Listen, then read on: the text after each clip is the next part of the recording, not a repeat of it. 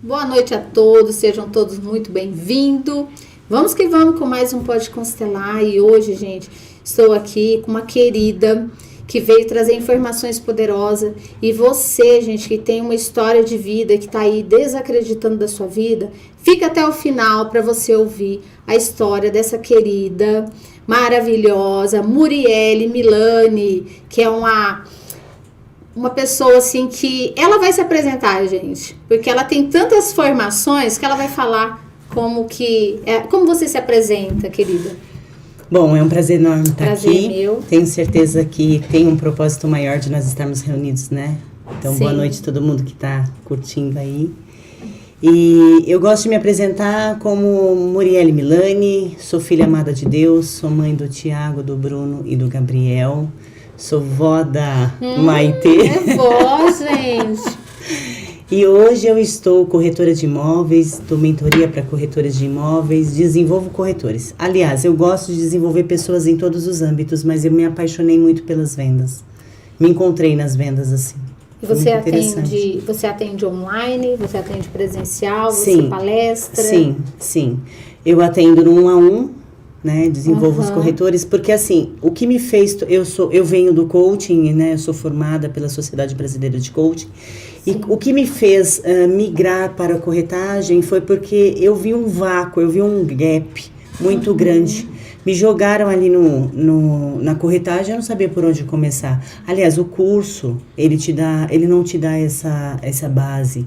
Ele não fala para mim o que eu tenho que falar numa primeira visita. Ele não fala para mim como eu devo me portar. Sim. Então, tudo isso foi necessário. E dentro dessas expectativas, foi meio aprendendo e vendo o quanto tem um mar aí azul para ser explorados. Que eu tenho certeza que tem corretores de imóveis e provavelmente você deve estar assistindo esse podcast. Com certeza. E não sabe por onde começar. E esse não saber por onde começar não vai levar ele em lugar nenhum. Tendo a profissão, eu costumo falar que a gente vende o produto mais caro da prateleira, mas precisa ter muita competência para fazer isso. Sim, tem que saber, né, o que está fazendo. Exatamente. E é um sonho, né? Você está vendendo um sonho para a pessoa. E quando você falou de coach, hoje eu estava assistindo a alguns programas e estava falando sobre o Pablo Marçal tá agora na política. Isso, e aí eu vi que por ele ser coach, então tá levando isso para um lado negativo. Isso também te afetou? Por você ser coach na sua área, por você ser uma mentora, falar assim que você é uma coach? Quando eu assumia só esse título de coach, eu tive bastante preconceito. E aí eu fui por outra linha. Eu primeiro tenho resultado e depois eu te ensino. Porque talvez seja aí que os coaches acabam errando, né? Porque os treinamentos de coach também são de mentorias. Nós somos passados por mentores e eles desenvolvem a metodologia. O coach é uma metodologia muito reconhecida fora do Brasil. Sim. No Brasil ainda há muito preconceito, até porque um final de semana forma um coach. E isso é ruim. Tá? Para quem leva o coach a sério, para quem é formado por instituições que levam o coach, a metodologia do coach a sério. Sim. Então, o que é o coach? Nada mais é que tarefas e objetivos, né? Então, nós estamos ali acompanhando o cliente no objetivo que ele tem. Sim. É sobre isso, é sobre eu te dar metas e acompanhar você durante essas metas e acompanhando os feedbacks, desenvolvendo você habilidades que você tem ou até que você sabe que não tem. Mas esse eu acho que é o grande papel. Só que eu tinha muita resistência, por quê? Porque o coach não é algo que é palpável. Eu pego aqui, é um livro. Eu não tô pegando no coach, as pessoas não entendem, elas não têm essa maturidade, é algo abstrato. Então, eu transformei o meu resultado em mentoria. É muito mais fácil hoje para mim as pessoas entenderem o processo que eu vou fazer na vida do outro. Por quê? Porque eu fui lá e fiz e dei resultado. Então, agora eu levo as pessoas a terem os resultados que eu tive ou ainda melhor. Perfeito. É sobre isso. Eu me formei em coach também, me formei em oratória. Quando eu me formei em coach, comecei a atender, eu tive muito preconceito também. Sim, existe. E hoje eu vi, né, que o Pablo, por ele estar na política, e as pessoas começaram, né, os próprios políticos ali começaram a colocar, ele é um coach, ele é só um coach, como se não fosse nada, né? Um coach é um treinador, né, que treina pessoas para ir para esse objetivo de vida, como você disse, né? Tem pessoas que nem sabem que tem objetivo de vida. E o principal para a vida de uma pessoa é o objetivo de vida. Eu nem vejo o Pablo como um coach. Eu vejo ele mais como um desenvolvedor da mentalidade. Sim. É diferente. O coach é uma metodologia que você aplica um a um ali, técnica, durante 3 meses. O Pablo não, eu acho que ele veio para quebrar paradigmas. Isso. Né? Então ele trabalha muito a questão da mentalidade, dessa frequência, de ter essa frequência mais alta que é a espiritualidade. Nós somos seres espirituais vivendo aqui uma oportunidade humana. Eu acho que foi uma forma de rotular ele, né? Exato. Como algo, como se fosse negativo. Que não Exato. é. Olha que maravilha, gente. E aí, temos aqui a prova viva, né? Muriel veio trazer uma informação poderosa de vida, porque você estudou o coach, você transformou a sua vida. E como que foi? A sua vida foi fácil? O que que você passou que fez você buscar esse autoconhecimento? Foi bem complicado, porque eu não tinha resultados, né? E eu queria ter muito resultado. E você que de repente está assistindo a gente, você tem buscado mentorias, você tem buscado livros, ou talvez você não sabe nem por onde começar, mas eu tenho certeza que você que está nos ouvindo, nos assistindo nesse momento, você está querendo ter resultados. E aí o grande lance é para que você está querendo ter os resultados. É por você mesmo, é por uma força maior, é para impactar outras pessoas, é para trazer resultado para outras pessoas. Mas no meu caso, não. Eu queria provar para as pessoas que eu tinha conseguido algo. Olha. E enquanto eu estava tentando provar que eu estava conseguindo algo, eu não estava conseguindo nada. Essa era a grande verdade. Então, por muitas vezes, eu patinei na minha vida diversas profissões. Né? Eu passei por diversas áreas. Acho que a área que eu fiquei mais tempo foi a da beleza. Eu tive um salão de beleza na Moca, São Paulo. E eu fiquei muito tempo na área da beleza. Fui enfermeira, trabalhei em hospital. E, então passei por várias áreas. Mas sabe o que eu percebia, Mirielle? Que em todas as áreas tinha a ver com pessoas. Eu nunca trabalhei com uma máquina, com uma planilha, com Excel. Eu nunca fiz isso. Eu nunca era eu e uma máquina. Sim. Sempre era eu com uma pessoa. Então era sempre envolvendo pessoas. E aí depois, quando eu tenho acesso ao coach, isso aconteceu em 2015... Eu tenho acesso ao coach, eu fecho o meu salão e mudo para o interior de São Paulo. E dentro desse processo eu estou dentro de um relacionamento. Eu sou muito feliz e agradecida por ele. Então eu não quero colocar ele aqui como um vilão, porque ele não foi. Ele foi só algo que me fez avançar, me levar para um próximo nível. Sim. Foi um trampolim para mim. É mais uma ferramenta. Exato. Que você tem. Ele foi uma ferramenta, meu ex-marido foi uma ferramenta para mim, o meu mentor mesmo. Ele me treinou muito bem. Ele me treinou para situações difíceis, ele melhorou muito a minha comunicação. Eu sou muito feliz e agradecida, eu torço por ele, eu quero ver o sucesso dele é o sucesso dos meus filhos. Então é muito importante isso para mim. Mas foi dentro desse relacionamento que eu precisava mudar. Porque eu vinha de um homem controlador, até por conta da insegurança que ele tinha. Hoje eu entendo os motivos, né? Sim. Mas na época eu estava vivendo esse relacionamento abusivo. Um relacionamento controlador, eu não podia trabalhar, muito inseguro, me prendia ali e eu estava adoecendo, viva. Com certeza. É isso que acontece em muitas mulheres. Talvez tem mulheres aqui assistindo a gente e talvez a maior dificuldade que você tenha de sair desse relacionamento seja a questão financeira.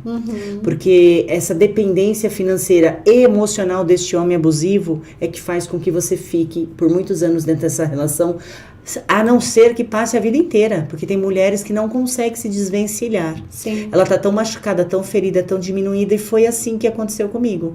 Eu estava naquele relacionamento porque eu sabia que aquilo era bom como família, para os meus filhos e tudo aquilo que ele podia proporcionar como homem para nós, né, financeiramente. Não era pra você, né? Sim, só que eu comecei a me diminuir, que a tal ponto que eu falei, gente, eu tô me diminuindo tanto pra caber na vida de outra pessoa. E nós mulheres, mulheres que estão nos assistindo agora, não se diminua pra caber na vida de ninguém. Você é única, você é filha única, exclusiva de um pai que não fez você em série. Sim. Fez você como indivíduo, fez você único. Então, quando eu comecei a me incomodar com essa situação de não me reconhecer, de não saber o tipo de pizza que eu queria comer, era sempre sobre o outro. Eu sabia tudo sobre a vida dele e não sabia mais nada sobre a minha vida. Então, aquilo começou a gerar em mim um inconformismo. Sim. E talvez seja esse inconformismo que vai fazer com que você avance. É um confronto interno. E esse confronto veio depois de uma gravidez, de um bebê prematuro, meu filho do meio, Gabriel. E ele nasceu de 28 semanas, e é aquilo que a gente estava conversando aqui nos bastidores. Eu sou ligadona. Eu não sei nem como eu tô quieta aqui, parada nessa cadeira. Daqui a pouco ela levanta, gente. Eu sou muito ligada, né, no 220 aí. E quando veio esse meu filho, ele exigiu de mim uma pessoa que eu não era. Porque cuidados 100%, eu fui sair com ele tinha 4 meses de idade. E aí começou a gerar em mim uma depressão. Hoje eu sei que era uma depressão, mas no momento estava esvaziando os meus sentidos. Eu não me via naquela vida que eu estava vivendo. Eu não me via naquela família, eu não me via com o meu marido. Na época, eu não me via com os meus enteados que moravam comigo. Eu não me via naquele lugar. Foi como se eu vivesse... Você está aqui vivendo essa vida agora e, de repente, você sai amanhã para viver uma vida completamente diferente. Foi assim quando eu saí do hospital. Então, eu tive essa sensação muito ruim dentro de mim. E eu fui me matando aos poucos. Até que um dia não tinha mais sentido viver. E foi quando eu pensei no suicídio. Eu já estava sendo acompanhada. Então, você aí que tem alguma pessoa... O suicídio, ele é uma doença bem silenciosa. Você não fica sabendo. E aí você fica sabendo quando a pessoa já efetivou. E aí já não tem mais nada que você possa fazer. Ela é uma doença silenciosa. E é importante entender isso, porque quando há um ponto de melhoria numa pessoa depressiva, aí você tem que ficar mais atento. Sim. Porque eu vinha de uma fase que eu só chorava. A minha mãe e esse meu marido na época muito em cima de mim, porque ficaram preocupados. Eu era uma pessoa cheia de vida e de repente eu entro nesse estado de choro constante, de abandono, de não ter o autocuidado, né? Não fazia mais o cabelo, não queria fazer unha, não pintava cabelo. Chegou até o ponto que eu não tomava mais banho. E nesse momento ali, todos eles tentando me ajudar. E eu entrei para uma terapia, porque eu acho importante os papéis dos psicólogos, dos psiquiatras nesse momento, é importante. Sim. Mas um espiritual que me salvou, tá? Oh. Eu estava tomando ali remédios para ansiedade, para depressão, para dormir, e eu utilizei desses próprios remédios para tentar o suicídio. Então eu tomei lá uns 80 comprimidos da minha medicação, Nossa. que a psicóloga tinha me dado, o psiquiatra, e aquele dia eu decidi não viver e eu acordei bem. É o que eu falo, às vezes você tem a pessoa aí que tá com depressão, e aquele dia que você pensa que ela vai ser o dia diferente, que vai ser o dia que ela vai sair, ela fugiu do normal, ela tá trancada dentro de um quarto, ela tá no escuro e de repente ela começa a sair pra vida, e aí é onde você tem que ficar atento. Uau. Porque foi exatamente o que eu fiz. Foi exatamente o caminho que eu percorri. Eu demonstrava para as pessoas uma melhora, mas só eu sabia o que eu estava planejando. Então você ficou bem no período, você mudou o seu comportamento porque Eu você, não fiquei bem. com você, assim, mostrando para as pessoas que você estava bem. As pessoas pensavam que eu estava você tendo estava uma bem. melhora porque eu comecei a... Eu decidi, foi uma decisão, eu não Sua. quero mais viver. E Não, ninguém não quero mais sabia, viver, ninguém então você sabia. ficou bem com aquela Exato. decisão. Então, Uau. no dia, eu estava até comentando isso esses dias atrás com a Sara, a minha assistente, que foi realmente isso. Eu comecei a fazer o tratamento que me deram, os comprimidos e tudo mais, só que eu já tinha decidido não viver. Eu tomei a decisão, não quero mais viver. E é uma dor muito profunda, porque o suicida, ele não quer morrer, ele só não quer sentir dor. E ele acha que em outro plano ele não vai sentir aquela dor. Sim. Mas, na verdade, é sobre a dor. É sobre o vazio interno, é sobre você não se reconhecer, você não se vê importante, você não se vê valorizado. Sim. E diante disso, foi quando vem essa falsa melhora que eu te falei, a falsa melhora. Eu levanto um dia, decidida a já não viver mais aquele dia, foi o dia que eu falei, não, hoje é o último dia. Eu faço todas as minhas atividades, eu fiz comida, eu cuidei do meu filho, eu cuidei da minha casa, eu cuidei dos cachorros, eu cuidei do meu outro filho, eu cuidei do meu marido, eu fiz tudo. E tomei lá os meus 80 comprimidos, fiz almoço, almocei, tudo que eu já não estava fazendo. E tomei meus 80 comprimidos lá, deitei no sofá e esperei a morte chegar. Só que como eu tinha feito enfermagem, eu sabia os sintomas que eu estava tendo. E aí onde dá o despertar. E o que acontece muitas vezes é que o suicídio ele não tem esse tempo, eu tive esse tempo. Uau. De dialogar e falar, olha, preciso ir no hospital, me leva no hospital. E eu fui do pescoço para baixo, tudo adormecido. Eu entrei em cadeira de rodas. O meu ex-marido na época só chorava e eu só chorava por saber o que eu tinha feito. E por ser enfermeira, eu sabia, não é que é um preconceito, mas eu sabia que tinha gente ali lutando para viver. Eu estava dando entrada no hospital querendo morrer. Sim. Então eu não falei para ninguém. Entrei no hospital ali, foi em São Paulo, e era um hospital onde tinha muitos trabalhos voluntários de madres. E eu lembro, a única coisa que eu lembro foi isso, que essa madre se aproximou de mim E de repente a cruz dela do árbitro voou assim na minha cara, eu deitada numa maca, já sendo medicada, tomando soro, pressão altíssima. Eu sabia que estava me dando um AVC, tava com esse diagnóstico de um possível AVC.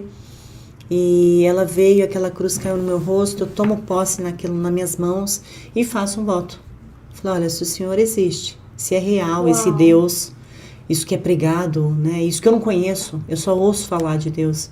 Mas se o Senhor é real, eu vou sair daqui hoje intacta e eu vou gastar a minha vida contigo. E foi tão instantâneo, por isso que eu falo, a oração mais sincera é a que provoca o milagre. A gente quer falar bonito, a gente quer formalizar para Deus, mas foi ali que eu vi Deus pôr a mão dele sobre a minha vida e contra aquela experiência que eu tive, não existe doutrina que muda aquilo. Sim. Aquilo ele enraizou tanto dentro de mim, cresceu uma semente do evangelho dentro de mim, que fica impossível, eu não consigo. Se você falar pra mim, mas será que Deus é real? Eu tenho alguns clientes que são ateus, né? E nada contra. E a gente até fica discutindo sobre isso, porque a experiência que eu tive com Deus, ela é tão real que eu costumo falar que é como se fosse a Disney. Você já foi pra Disney? Não. Mas você sabe que ela existe. Sim. Mas quando você for pra Disney, nunca mais você vai esquecer o que é a Disney. Uma coisa é você saber que a Disney existe, saber que a Disney é real, mas você não sentiu o que as pessoas, você não experienciou o que é estar na Disney. Você experiencia a Disney através das pessoas que foram lá. É exatamente essa analogia que fica mais real para que eu vivia com Deus. Eu sabia que Deus existia, eu sabia que Ele era real, mas eu não tinha tido uma experiência com Ele. E quando eu tenho essa experiência, que eu vou até Ele e eu tenho essa conexão com Ele, aí sim, aí ninguém me segurou mais. Aí daquele dia em diante, realmente eu saí do hospital, eu não fiz uma lavagem estomacal, eu não fiquei com nenhuma sequela, eu saí daquele hospital e ganho vida. Eu ganhei fôlego de vida. E aí, realmente, de lá pra cá, isso aconteceu em 2009. De lá pra cá, eu me posicionei. Eu me posicionei e nunca mais mudei em relação a essa experiência primeira que eu tive com Deus.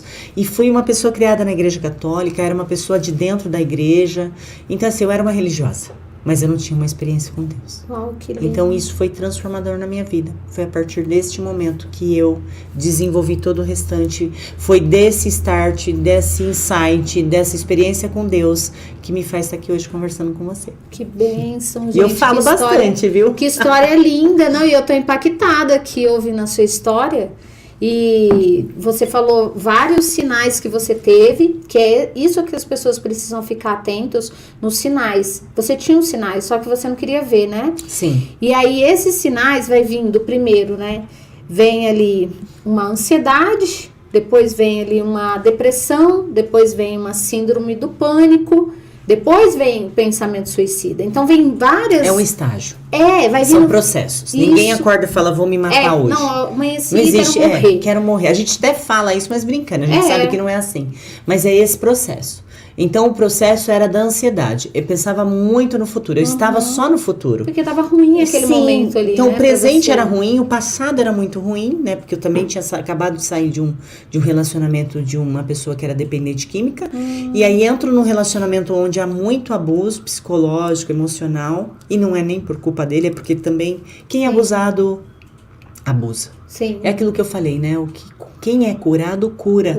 Quem se transformou, transforma outras vidas. Quem se sente amado, ama. Então, esse processo de cura interior eu precisei fazer. E a partir deste momento, foi o grande start da minha vida. Entendeu? E isso é um processo. Eu tive outras pessoas da minha família que realmente essas vidas se perderam. Sim. Né? E se perde. Dentro da sua família? Dentro da minha família. Outras pessoas que... A minha primeira experiência com suicídio foi a minha professora de catequese, ela era minha prima na época. Foi uma depressão pós-parto. E tinha 10 dias que o bebê tinha nascido. E ela estava ali se recuperando e falou para a pessoa que trabalhava para ela, olha, eu vou até minha sogra, vou fazer... Por isso que eu falo, a gente tem que estar atento aos sinais, gente. Tem que estar atento. Ela falou lá para a moça que ajudava ela nesse período que ela teve o bebê.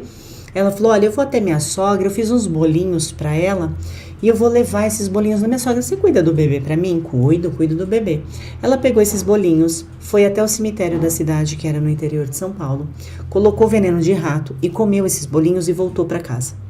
Quando ela volta para casa, a pessoa que cuidava ali do bebê para ela, viu que ela estava demorando um pouco mais e deu um mamazinho pro bebê. Uma mamadeirinha de leite pro bebê. Quando ela chega, ela tenta dar de mamar pro bebê, porque o leite dela já estava contaminado. E aí é onde o bebê rejeita e não dá tempo nem de socorrer, ela morre. Muito jovem, o filho dela, o único filho, ficou, né? E foi esse meu primeiro contato. Então as pessoas jamais percebiam, as pessoas não iam perceber, Sim. As pessoas não perceberam. No entanto, ela só ia levar um bolinho. Como que você vai desconfiar de alguém que vai levar um bolo para a sogra? Você não vai desconfiar, porque isso faz parte da rotina. São coisas corriqueiras que o suicida usa para ele dar fim na vida dele. Porque ninguém sabe a intenção do outro, né? É por isso que eu falo, você tem que estar atento aos sinais. Sim. E realmente, é esse estágio, esse processo que você falou, começa com uma grande ansiedade, você passa a viver no futuro e as frustrações do futuro, depois realmente vem aquele isolamento, você começa a se isolar da sociedade, depois da família, você só fica no seu quarto, primeiro da sociedade, você passa a parar de ir nos seus amigos, a parar de fazer aqueles passeios, de ter vida social. Sim. Depois você começa a ficar isolado dentro da sua casa, né, com os pensamentos já mais depressivos, né, mais negativos, o autoabandono total, né, vaidade zero mesmo. No entanto, quando eu fui visitar uma amiga minha, ela falou, nossa, mas você tá bem? Meu filho tinha uns 2 meses. Você não tá bem, você não é essa pessoa que eu conheci, né, porque cabelo desse tamanho, não pintava, não escovava, não fazia mais nada. Entrei com um moletom, fui lá levar meu filho para ela conhecer, uma amiga minha. Então, você vai perceber nessas fases. O suicídio mesmo, efetivo, ele está muito distante da ansiedade. Só que ele é o primeiro processo. Sim. Então, você que sofre com ansiedade, não fique, não deixa passar despercebido, porque vai virar síndrome do pânico. É agressivo, ele é progressivo. A ansiedade pode começar com uma noite sem dormir pensando em um problema. E hoje é o câncer da nossa sociedade. Tomou conta da sociedade. Você vê que as pessoas, todas elas precisam de uma medicação, né? A gente até vê alguns posts, eu vejo algumas brincadeiras na internet, no sentido, não é que você tomou pouca gotinha, né? Não é que você tá triste. E assim, hoje, Merielle, pode reparar, você tem pílula pra tudo. Você quer emagrecer, tem uma pílula. Você quer ser feliz, tem uma pílula. Você quer dormir, tem uma pílula. Você quer ficar acordado, tem uma pílula. Sim. A gente não consegue viver a solitude. As pessoas não conseguem viver o dia mal. Sim. Né? Eu ministro em algumas igrejas e eu percebo que as igrejas também precisam estar atentas a isso. Nós precisamos preparar esse reino.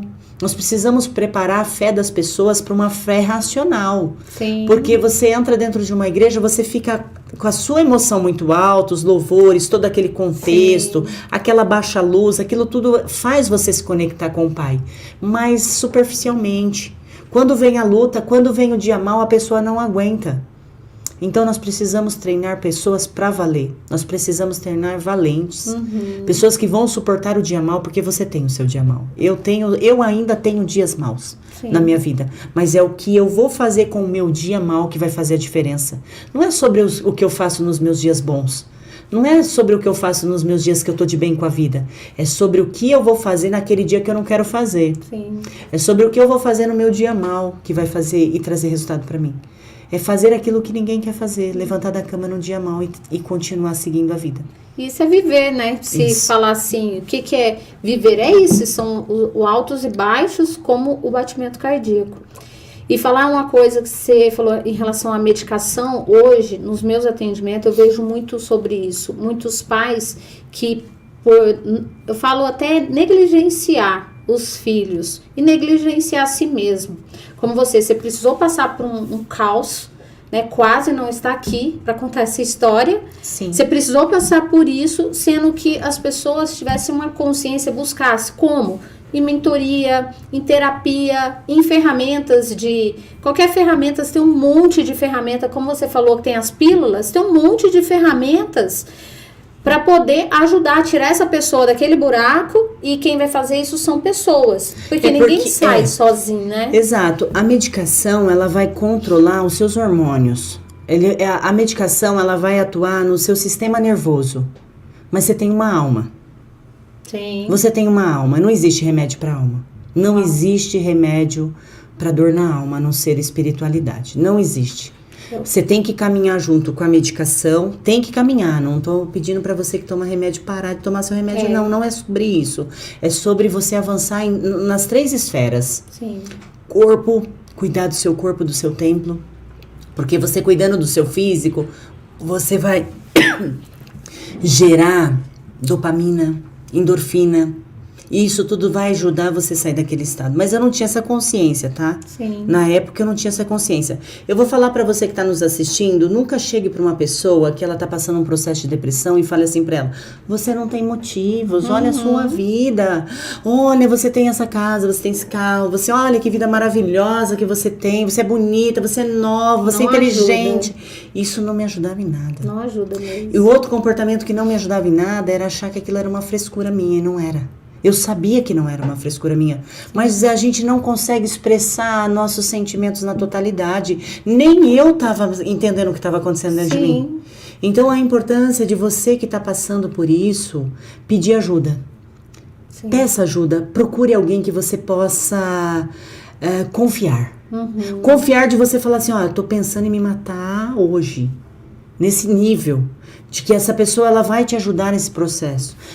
Eu não tive essa pessoa, porque toda vez que eu gostaria de falar realmente o que se passava, as pessoas tinham essa fala pra mim. Falava assim, por quê? Não, mas você imagina, por que você tá assim, você é tão bonita, você é tão nova. Na época eu tinha 26 anos. Você é tão nova, você tem olha, você tá cheia de vida, seu bebezinho pra você cuidar. Tá, isso não me importava. Isso não era o suficiente para que eu não pensasse em me suicidar. Não era o suficiente. E parece assim, você falando, contando a sua história, parece que é longe, né? Mas hoje está muito comum de ver as pessoas tendo esses pensamentos. Então, muitas pessoas que estão assistindo vão falar, cara, nossa, eu tive esse pensamento. Só que uma pessoa, foi cientificamente comprovado, porque eu atendo muitos clientes, principalmente não vou falar empresa aqui, mas tem uma empresa que morre muita gente. Dentro que não dá para explicar aqui para vocês. E ali direto tem suicídios. E aí cientificamente foi comprovado, como você disse, o nosso olho ele dilata, que é onde a gente tem a consciência. Quando dilata o olho, o que eu fiz? E agora? É o foco. Né? E aí, quando você tem a consciência daquilo, pode ser que não tenha volta, que foi no seu caso, você teve, né? Despertei. Você ainda pediu para ir pro hospital, né? Sim. Teve casos também que eu atendi, que a pessoa me ligou e falou, tomei a medicação e tava plena. A pessoa estava plena, tomei, eu não quero mais essa vida. Mas quando ela entendeu, quando ela começou a sentir os sintomas, ela falou assim, me ajuda, eu tô sentindo isso, eu tô sentindo aquilo, eu tô suando. E aí é onde eu fui ajudar ela, porque aí ela passou um número para eu poder ligar. Mas essa consciência, ela vem ali, ela vai vir.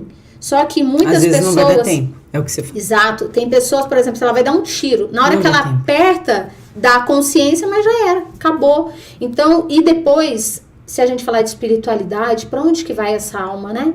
Exato. Se a gente vê assim, porque nós estamos aqui, como você disse, a gente vê o que a gente pode tocar, mas o que a gente não vê, para onde que vai essa alma? Para qual grau ali que tem de, né? Tem pessoas que falam de umbral, que vai lá para um outro campo. O que acontece ali? Pode entrar num sofrimento eterno. Então, o que a gente tem que fazer? Buscar consciência no adulto, porque é só o adulto que busca essa consciência. É o racional, né? Porque esse pensamento, essa criança infantil dentro de nós... Essa né? criança mostra assim, essa criança interior, rebelde. Ela fica na frente e de ela tudo, né? E ela domina. Ela fala assim, não é o que manda, eu quero. Aí você vê, até na conversa, eu faço interpretação de fala. Sim. Então, a pessoa, por exemplo, quando me manda uma fala ali... Eu sei que ela tá, se ela tá com ansiedade, se ela tá com depressão, se ela tá com pensamento suicida. Porque ela... E põe ali, dá pra ver dependência emocional, dependência financeira. É o tom, várias coisas dá pra ver, né? Numa fala de uma pessoa, quando ela começa a falar, dá pra ver o que tá acontecendo. Quem tá falando? É o adulto ou é a criança dela? Eu quero, não vai ser do meu jeito. A criança tá falando, né? Nossa, eu já fui muito assim antes de... Também. Então, eu devia ter conhecido a constelação antes. Eu também, eu já fui essa menina aqui que queria tudo do meu jeito e achava que eu tava certa. Não. Sim, é um orgulho, né? E quando tem essa consciência de saber, peraí, quem tá me dominando? Sou eu mesma ou se é a minha criança interior? E a criança interior, gente, quando tem um pensamento suicida, né, e a pessoa fala assim, não, eu vou embora, eu não aguento mais essa dor, é infantil. É a criança que sofreu e não sabia como sair. Mas o adulto, ele sabe sair. Sim. Então, toda vez que uma pessoa ela entra nesse lugar, ela está num lugar infantil. E aí precisa pedir ajuda. Outra pessoa que estiver do lado, vê essa pessoa e falar assim, não, peraí, tá acontecendo alguma coisa. E não falar, o que você disse, é verdade, porque nessa empresa que eu ajudo, eu ensino como comunicar. Abordar, né? Com a abordagem pessoa. É importante. Não falar assim, não, por que você vai fazer isso, cara? Não se joga daí, não. Tá vendo? Você é bonito. Não, é fazer diferente, eu te entendo. Eu sei que você tá passando. Eu já passei por isso, cara. Você traz pra perto, né? Aí você fala, é foda, eu sei que as pessoas são injustas. Aí você começa... Aí a pessoa que tá ali querendo, ela começa a entrar numa consciência. Poxa, você passou por isso também? Né? Eu falo, né, nos meus atendimentos, você precisa entrar no mundo do outro. E quando as pessoas falavam assim pra mim, mas...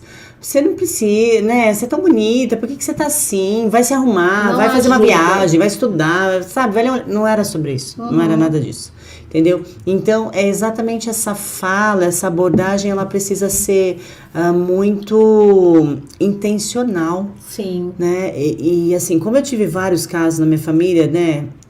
A gente percebe, é um padrão. É um padrão, eu percebo um padrão. Você estava falando da sua professora, né? Que era sua prima. Ela é minha prima, professora de catecismo.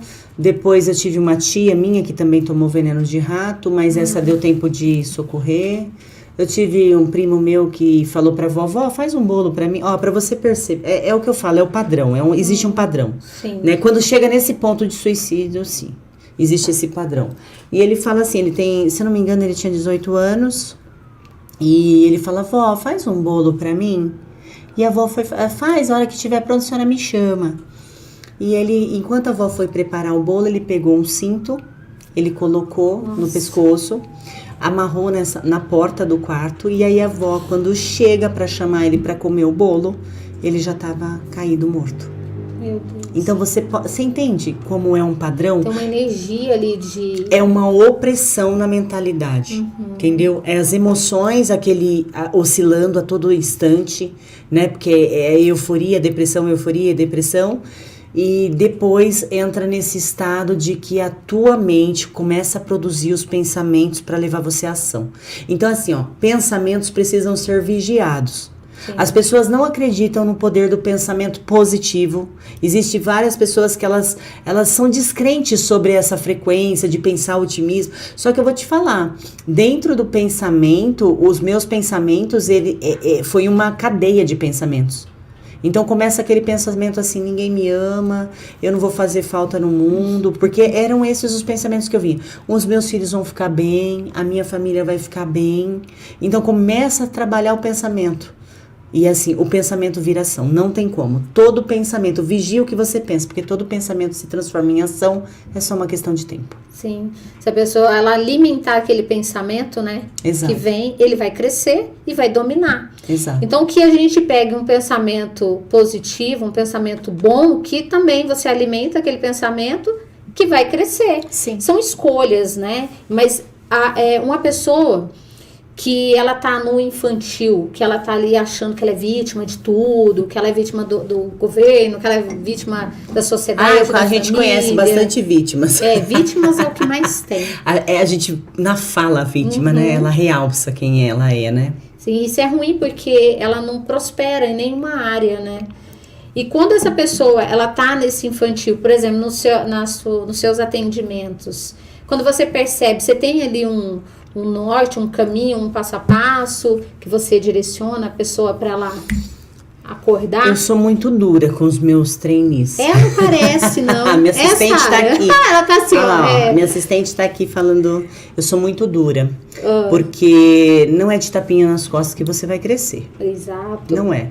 E desculpa a palavra, mas é um pontapé na bunda que te joga para frente. É impossível você tomar um pontapé na bunda e ficar no mesmo lugar, não tem como. Verdade. A aerodinâmica, a física ali já explica, você vai ter que ir pra frente. Então eu não sou muito de passar a mão na cabeça, mas essa fala da vítima, essa me abomina, essa, né, e assim, eu levo a pessoa a entender que ela tá se vitimizando. Porque eu acho que a vítima é a questão da autorresponsabilidade, e é o que a Meirelles falou, vítimas não prosperam. Eu nunca vi uma vítima vencer. Eu nunca vi. Voltando lá no coach, né? Que o coach é que as pessoas falam, o coach só faz pergunta, mas é com a pergunta que traz a pessoa para o consciente. Na verdade, as perguntas são as respostas, por isso que coach faz bastante pergunta. E quando uma pessoa ela pensa, por exemplo, o coach, né, ou o treinador lá, ele faz uma pergunta, faz a outra pessoa pensar.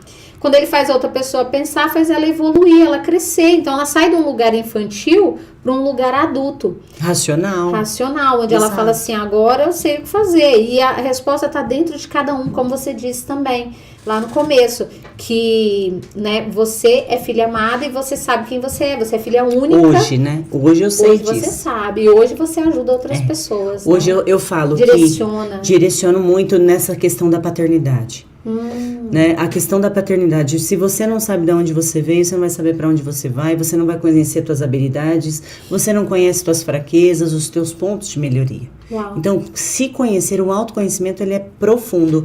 Eu tive recentemente aqui em Alphaville dando uma palestra sobre os 4 princípios da riqueza. As pessoas buscam ser prósperas financeiramente. Só que se ela ultrapassa qualquer um desses princípios, se ela negligencia esses princípios, ela não vai conseguir a prosperidade financeira. Sim. Então, e o princípio número 1, espiritualidade. Princípio número 2, família. Princípio número 3, conhecimento de si próprio, de pessoas e do seu negócio. Uau. E o 4 é o network. Esses são os 4 princípios da riqueza que pode ficar para um outro podcast. Pronto. Já pode anotar aí, porque ela deu a chave aqui agora. É sobre isso. E então entender a minha vulnerabilidade ali quando criança, falando de criança agora, dessa parte infantil, a ausência do meu pai foi terrível para mim. E eu acho que isso em relação à menina, né? Eu sou mãe de 3 meninos, mas os meninos são muito apegados a mim. Agora, eu como filha do meu pai, do veículo, né, que Deus usou aqui para me trazer nessa terra, eu tinha muita dificuldade, porque eu sentia muita falta do meu pai. E eu busquei o meu pai nesses relacionamentos. Com certeza. E eu busquei. E houve uma cura muito profunda, porque nesse meu último relacionamento, eu via o meu ex-marido como ele era o meu pai. Ele me castigava, ele brigava comigo, ele me criticava e eu continuava amando ele. Que é esse pensamento que a gente tem em relação ao nosso pai. O nosso pai nos critica, às vezes muito pai sofre violência com a gente, provoca, né, bate, espanca, humilha, né? A gente sabe que tem situações que tem pessoas que passam por isso dentro das suas casas, Sim. como o pai mesmo, né? Não, a gente pensa que o pai é sempre aquele pai amoroso, mas a gente sabe que não há exceções nisso, né? E meu pai não era assim, meu pai era ausente. Ele não existia no meu contexto familiar. São coisas que marcam, ó. Eu fazia os meus cartõezinhos de Dia dos Pais, como a gente tá aqui né, a gente passou recentemente essa data. Eu levava pra minha mãe, eu não entendia por que eu tinha que levar pra minha mãe. Na minha cabeça, Mas com eles 6, eram 7 anos. separados? Eram separados. Meus pais separaram, eu tinha 3 anos de idade. Sim. E foi realmente rompido, né? Meu pai foi embora com outra mulher e ele rompeu isso. Então, ele demorou muito pra voltar. Então, eu ficava 2, 3 anos sem ver meu pai. Sua mãe casou de novo? Não, minha mãe ficou muito traumatizada. Sim. A minha mãe se separou do meu pai, ela tinha 24 anos e a minha mãe não conseguiu se relacionar. Ela não conseguiu. Eu acredito que Deus está num processo agora com ela, mas eu acredito que ela tá vendo cura nela. Tá vendo cura nela agora, aos 64 anos. A sua mudança é a mudança dela, né? Porque você é a geração Sim. pra frente. Eu rompi. É. Eu rompi aqui, o ciclo. Quando você muda, as gerações mudam também. Sim. Eu Daqui pra quebrei o frente, padrão. Eu quebrei o uau, padrão. Isso é... Nossa, isso é maravilhoso. Quando E tem essa... Você entender disso, né? Que você fez e mudou toda uma história, então, e não mas, só a história do passado. Aqui é o meu livro, a gente pode fazer propaganda? Ah, eu meu quero livro, ver meu sobre. método Untie, trouxe aqui pra Meirelles. Método eu ganhei o Untie. livro, gente. Eu amo ganhar livro. Ganhei também do John. Eu trabalho hoje eu estou associada à Remax, né, uma franquia americana de mercado imobiliário, somos líderes mundialmente falando de mercado imobiliário, então o prefácio do meu livro é feito pelo CEO do Brasil, tá? E é a velha queixa do tempo, tá? O que acontece é o seguinte, que eu tive que desenvolver um método. Existem vários métodos, mas eu acredito que toda pessoa tem o seu processo. Sim. E é o seu processo que vai ajudar outras pessoas. Você é um livro que o mundo não leu. É verdade. Esse aqui é seu, tá? Ó. Ai, depois gente, corre lá no meu Instagram, @eu sou Muriele Milani, que tá o link lá na editora. É até uma editora aqui de Alphaville, né? Ah, olha, gente, tô ganhando E o que é o método On Time? É sobre a vida acontece no Obrigada, viu? agora. Eu espero que ele te leve para um próximo nível. Eu vou aí. ler, depois vou E, por passar favor, me pra dê o vocês, feedback. vou dar feedback. Tá? Depois eu vou colocar deixar no uma Instagram. dedicatória aí pra você. E a verdade Amei é sobre a cor, isso. olha a cor, amei.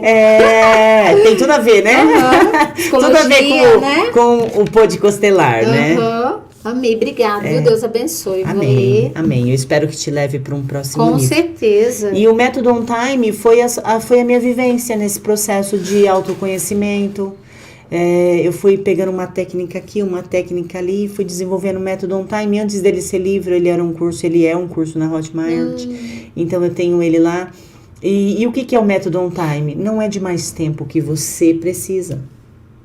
Não é de mais tempo que você precisa.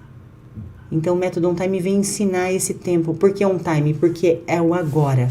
É sobre o hoje, é sobre o agora. O On Time, está acontecendo algo no nosso agora. Eu não sei o que vai ser de mim daqui 1 hora, daqui 2 horas. Então, por isso que eu fico inteira quando eu estou com uma pessoa. Eu não olho meu celular, até os clientes falam, nossa, mas não tô conseguindo falar com você. Porque se eu tô aqui, eu tô aqui. Eu não tô lá no meu próximo compromisso. Eu tô no On Time, eu tô agora aqui com você, levando essa mensagem para outras pessoas juntamente com você. Então é importante entender que se nós vivermos a nossa vida no hoje, que é o presente que Deus nos deu, é o presente. Todo dia Ele te dá um presente e você acorda reclamando. Ai, que saco, tem que ir pro trabalho. Ai, hoje eu tenho cliente. Ai, mas hoje tá frio. Tá, todo dia. Imagina, você vai querer dar presente para essas pessoas? Sim. Imagina se Deus, Ele não fosse esse pai amoroso, porque a gente reclama do presente que Ele dá todos os dias. E todo dia Ele dá vida, né? O Exatamente, exatamente. E aí, durante esse meu processo de desenvolvimento, eu coloquei tudo formatei tudo nesse método On Time. Não é um livro de autoajuda, é um livro de processos. Você vai aprender um pouco com a minha história, mas você também vai ter ali os seus exercícios para te levar para um próximo nível. Que legal. É um livro de exercícios. Não é um livro que você vai emprestar para as pessoas, porque ele é seu manual. Ele é o seu método. É um livro que você precisa ler e reler. Escreve Olha, nele. gente. Dá para mostrar aí pro pessoal. Isso, Escreve tem a área que você vai fazer os exercícios, porque é a identificação. Resposta. Exatamente. Então, ele é um método. Então, já pra você que quer pedir emprestado, eu não posso, tá? Ele é meu.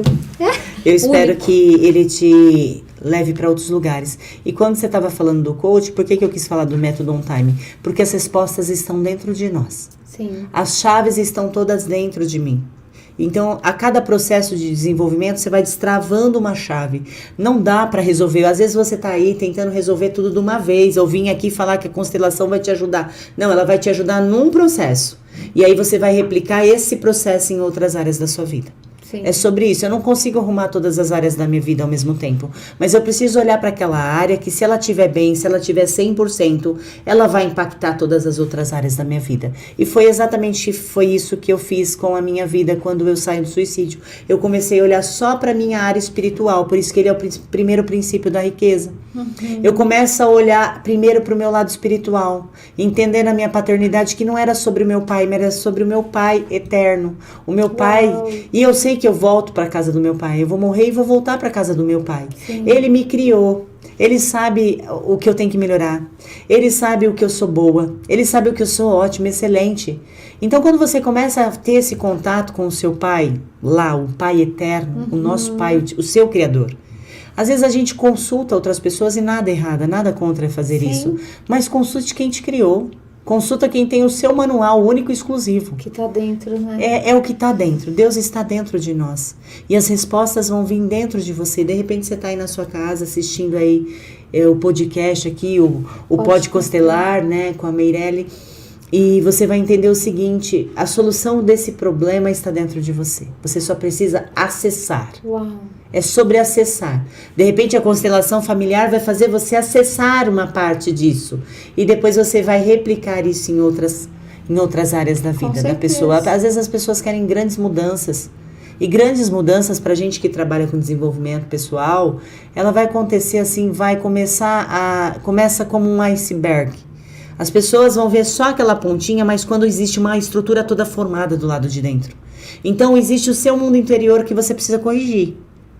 O iceberg vai ser quando você estiver dando resultado. Aí as pessoas vão ver aquela pontinha, mas a estrutura que está dentro do seu mundo interior, ela está tão formatada, ela está tão fundamentada nos princípios que fica impossível você não se transformar num iceberg, naquela grandiosidade. Né? Você falou do seu pai também, seu pai de sangue, que te deu a vida, com sua mãe. Ele não esteve ausente. Isso te impactou, te prejudicou em relação a abusos? Abusos tanto psicológicos, abusos sexuais? Sexual não. Mas aí a gente entra num contexto, né? Porque eu acho que o pior abuso... Eu não quero, né, nem abordar isso, porque eu não sei o que é ser abusado sexualmente. Né? Eu não sei o que é ser abusada sexualmente, porque eu até poderia... Eu não entendo essa dor, mas eu entendo a dor que eu vivi. Sim. E tem dores, e pra mim o pior abuso é o psicológico. Porque ele mata quem eu sou. Sim. O abuso sexual, possa ser que eu fale uma besteira aqui, mas eu entendo que ele mata seu corpo, a sua relação com o seu corpo. Sim. Mas o abuso psicológico e emocional, sabe, ele mata a sua alma. Ele mata quem é você. E a maioria das pessoas, para não falar todas, né? Sofreram abusos psicológicos. Se a gente voltar lá na infância, né? Sim. Sofremos com cala a boca, fica quieto, quem você pensa que você é. Né? Então, a maioria... Eu escutava muito assim, eu fui treinada com uma frase, Meirelle, quando criança, era assim, ó, engole o choro. Ah, também. Você deve ser da minha época ali. Engole o choro. Também, porque eles não tinham conhecimento, né? Eles Não. não tinham.